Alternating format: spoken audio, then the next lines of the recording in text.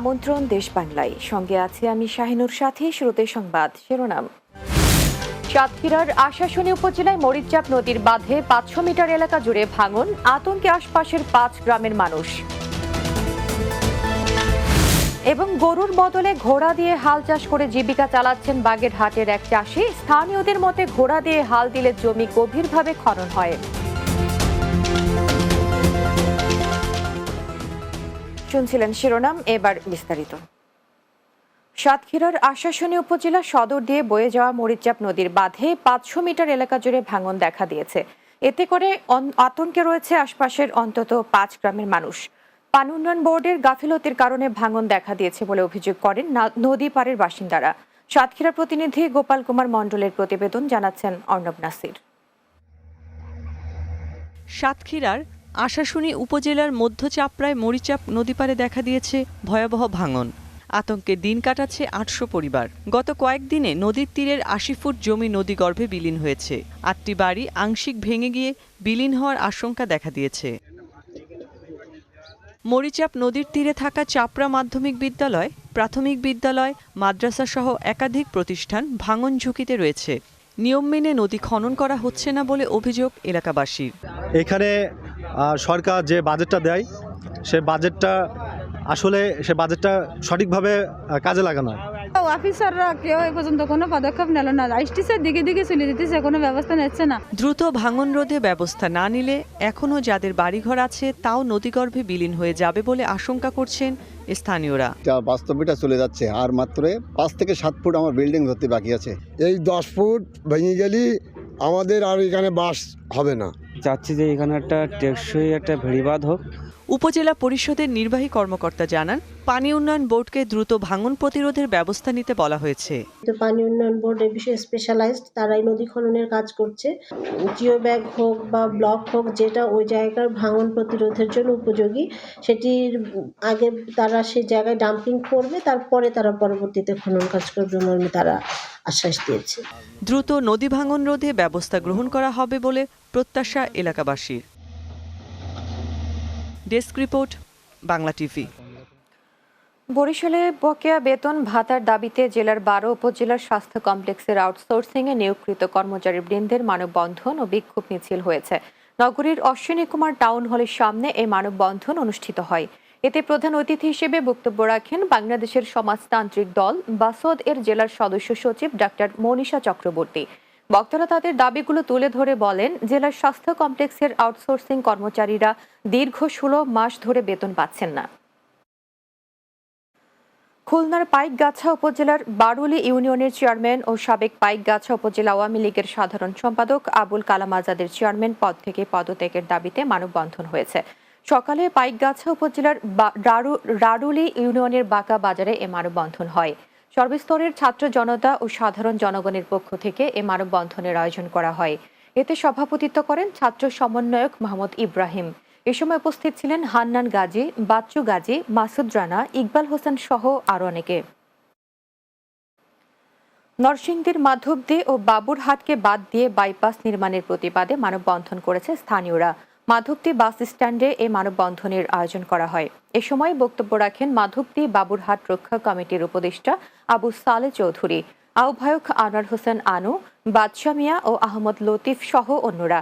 এতে school, college ও মাদ্রাসার শিক্ষার্থী সহ বিভিন্ন প্রতিষ্ঠানের সদস্য, স্থানীয় যুবদল ও স্বেচ্ছাসেবক দলের সদস্যগণ এতে অংশ নেন। দীর্ঘকাল ধরে যুদ্ধক্ষেত্রের পাশাপাশি মালপত্র বহন ও মানুষের বাহনে ঘোড়া ব্যবহৃত হয়ে এলেও কালের পরিক্রমায় তা বিলুপ্তির পথে। সেখানে গরুর বদলে ঘোড়া দিয়ে হাল চাষ করে জীবিকা নির্বাহ করছেন বাগেরহাটের রামপাল উপজেলার এক চাষি।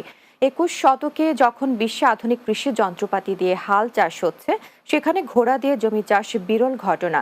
স্থানীয়দের মতে ঘোড়া দিয়ে হাল দিলে জমি গভীরভাবে খনন হয়। মোংলা প্রতিনিধি কামরুজ্জামান জসিমের প্রতিবেদন, জানাচ্ছেন অর্ণব নাসির। ঘোড়া দিয়ে জমি চাষ করার এমন দৃশ্যের দেখা মিলছে বাগেরহাটের রামপালের মংলা উপজেলায়। আর নিজ ঘোড়া দিয়ে হাল চাষ করছেন চাষি মোহাম্মদ হোসেন আলী। তিনি জানান, গরুর চেয়ে ঘোড়া বেশি হাঁটে, ফলে একই সময় 3 গুণ বেশি জমি চাষ করা যায়। প্রতিদিন সকাল থেকে বিকেল পর্যন্ত জমি চাষ করে 1500 থেকে 2000 টাকা পর্যন্ত আয় করেন তিনি। আর ঘোড়ার খাদ্য বাবদ খরচ হয় 200 টাকা। এই ঘোড়া একজনে কিনলো, সে চাষ করতে পারিনি, এদের সাথে পারি ওটিনি বুঝিনি, তাই আমার দিয়ে গেল। পরে ওদের টাকা পয়সা দিয়ে দিই, দেওয়ার পরে সেইখান থেকে আর কি আমি আবার চাষ শুরু করছি। স্থানীয় ইউপি চেয়ারম্যান বলেন, লবণ অধ্যুষিত এলাকা হওয়ায় মংলা উপকূলীয় এলাকা থেকে কৃষি হারিয়ে গেছে। তাই কৃষিকাজে নতুন আবিষ্কার ঘোড়ার হাল চাষ মানুষদের আকৃষ্ট করছে। চাষবাস করতে হবে, সেই আলোকে আমাদের এলাকায় যেহেতু এখন গরু নাই, ট্র্যাক্টর নাই, ঘোড়ার প্রতি মানুষের চাহিদা বাড়ছে এবং চাষের চাহিদাও বাড়ছে। স্থানীয় কৃষি কর্মকর্তার দাবি, ঘোড়া দিয়ে হাল চাষ করলে এ উপকূলীয় এলাকায় কৃষির বিপ্লব ঘটবে, কমে আসবে পতিত জমির পরিমাণ। ঘোড়া যে এনার্জি আছে এটা গরুর চেয়ে অনেক বেশি, ফলে অল্প সময়ের ভিতরে ঘোড়া দিয়ে অনেক জমি হাল চাষ করা যাবে এবং মানুষ পাশাপাশি ঘোড়া পালনের এক্ষেত্রে নতুনভাবে উদ্যোগ শুরু করবে। Desk report, Bangla TV. দেশ বাংলায় নিচ্ছে বিরতি, ফিরে আসার পর অন্যান্য সংবাদের সাথে আরজা থাকছে। কুমিল্লায় অভিযানে 70 কেজি গাঁজা সহ ফেনীর 2 মাদক কারবারি গ্রেফতার। ভোলায় একজন ভুয়া ম্যাজিস্ট্রেট ও তার 2 সহযোগী সহ 3 জনকে আটক।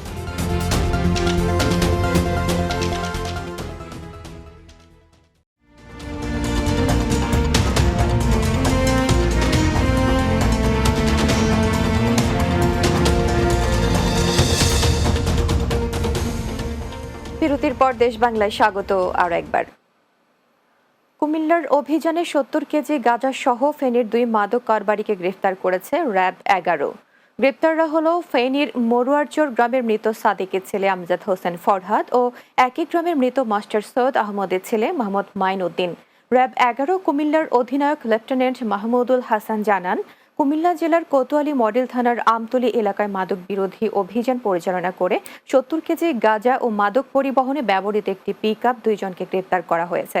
অপরদিকে র্যাব 7 চট্টগ্রামের ফেনী ক্যাম্প, ফেনী সদর মডেল থানার রামপুর এলাকায় সৌদিয়া পরিবহনের একটি বাস থেকে 11 কেজি গাঁজা সহ 2 জনকে গ্রেপ্তার করেছে। ভোলায় একজন ভুয়া ম্যাজিস্ট্রেট ও তার 2 সহযোগী সহ 3 জনকে আটক করেছে ডিবি পুলিশ। আটককৃতরা হলেন ভুয়া ম্যাজিস্ট্রেট মোহাম্মদ আফরান শুভ, আনসার সদস্য মোহাম্মদ হারুনুর রশিদ ও গাড়ি চালক মোহাম্মদ বাবুল হাওলাদার। ভোলা পুলিশ সুপার কার্যালয়ে এক প্রেস ব্রিফিংয়ে এ তথ্য জানানো হয়। অতিরিক্ত পুলিশ সুপার মোহাম্মদ আসাদুজ্জামান জানান, ফেসবুকে ভুয়া ম্যাজিস্ট্রেট পরিচয়ে মোবাইল কোর্ট পরিচালনা সংক্রান্ত একটি পোস্ট ডিবি পুলিশের নজরে আসে। পরে বোরহানউদ্দিন ও লালমোহন উপজেলা থেকে ভুয়া ম্যাজিস্ট্রেট সহ ওই 2 জনকে আটক করা হয়। এ সময় তাদের কাছ থেকে মোবাইল কোর্ট পরিচালনার একটি ভুয়া অনুমতিপত্র, আইডি কার্ড ও জরিমানা করার কাগজপত্র উদ্ধার করা হয়।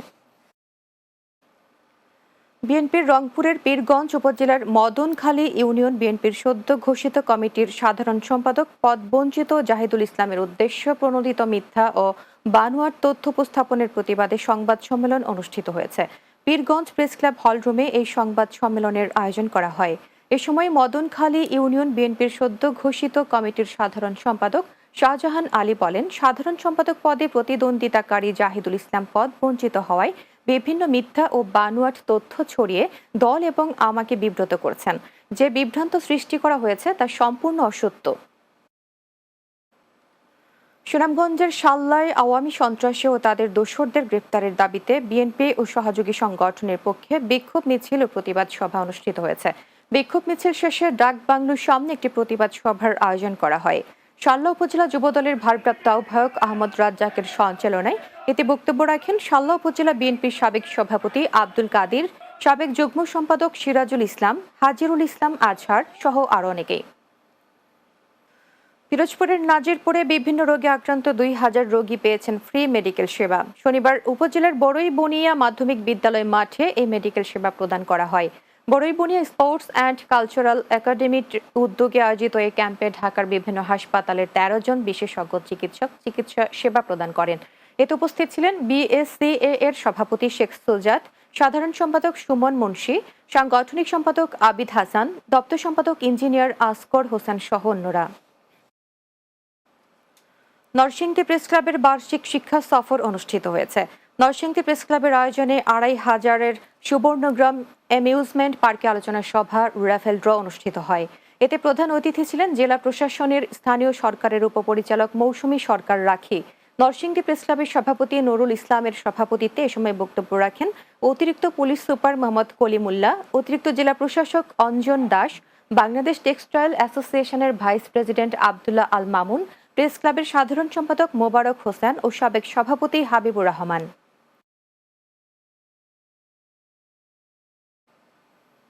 শেষ করব দেশ বাংলা, যাবার আগে শিরোনামগুলো আরো একবার। সাতক্ষীরার আশাশুনি উপজেলায় মরিচচাপ নদীর বাঁধে 500 মিটার এলাকা জুড়ে ভাঙন, আতঙ্কে আশপাশের 5 গ্রামের মানুষ। গরুর বদলে ঘোড়া দিয়ে হাল চাষ করে জীবিকা চালাচ্ছেন বাগেরহাটের এক চাষি। স্থানীয়দের মতে ঘোড়া দিয়ে হাল দিলে জমি গভীরভাবে খনন হয়। এবং কুমিল্লায় অভিযানে 70 কেজি গাঁজা সহ ফেনীর 2 মাদক কারবারি গ্রেফতার। ভোলায় একজন ভুয়া ম্যাজিস্ট্রেট ও তার 2 সহযোগী সহ 3 জনকে আটক।